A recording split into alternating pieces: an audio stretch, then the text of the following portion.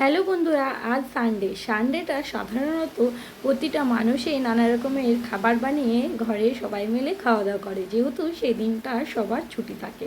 আর আমি সানডেটা একটু অন্যরকমভাবে আজকে কাটাচ্ছি, যেহেতু আমাদের পুজো চলে এসেছে। মানে আমি দুর্গা পূজার কথা বলছি বন্ধুরা, হ্যাঁ ঠিকই বুঝেছো।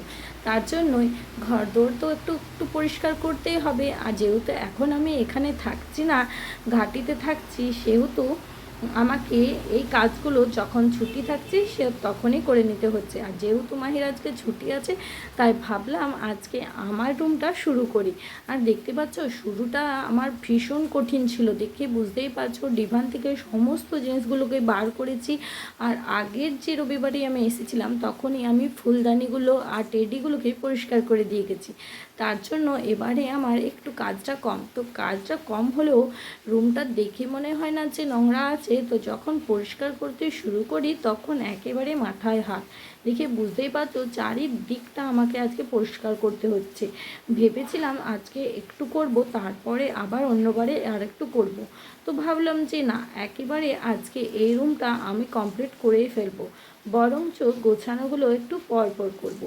আসলে কি বলো তো বন্ধুরা, আমাদের পুজোর কেনাকাটা শুরু হোক বা না হোক, ঘর দোয়ার আমাদেরকে গোছাতেই হবে।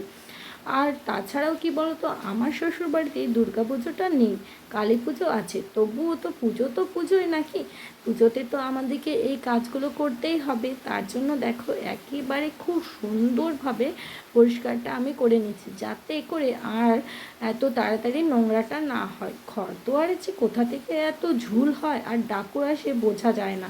হ্যাঁ, রাস্তার দিকে ঘর, সেহেতু নোংরাটা একটু হয়ে যায়। তো যাই হোক, পরিষ্কারটা করে দিচ্ছি, অতটাও আর হবে না। পরের বারে যখন আসবো, মানে পরের শনি রবিবারে যে যখন আসবো পরের সপ্তাহে, তখন এই পর্দাগুলোকে ধুয়ে দেবো। এবারে যা মেঘমেঘ করেছে, এখন ওই রিক্সটা নিয়ে কাজ নেই। পাখাটা আমি একবার পরিষ্কার করেছি, তারপরে আরেকবার ভাবলাম মুছে দিই ভালো করে, তাহলে ভালো লাগবে। আর এখন দেখতে পাচ্ছ এই যে আমার বক্সগুলো আছে, এগুলোকেও ভালো করে ধুয়ে দিয়েছিলাম সাবান জলে।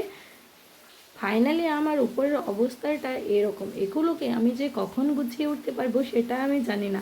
তো আমি ঘরটাকে কিভাবে গোছালাম সেটা যদি তোমরা জানতে চাও, তাহলে অবশ্যই আমি পরে একটা ভিডিও তোমাদের জন্য বানিয়ে রাখবো। আজকের মতো টাটা, সবাই ভালো থেকো, সুস্থ থেকো।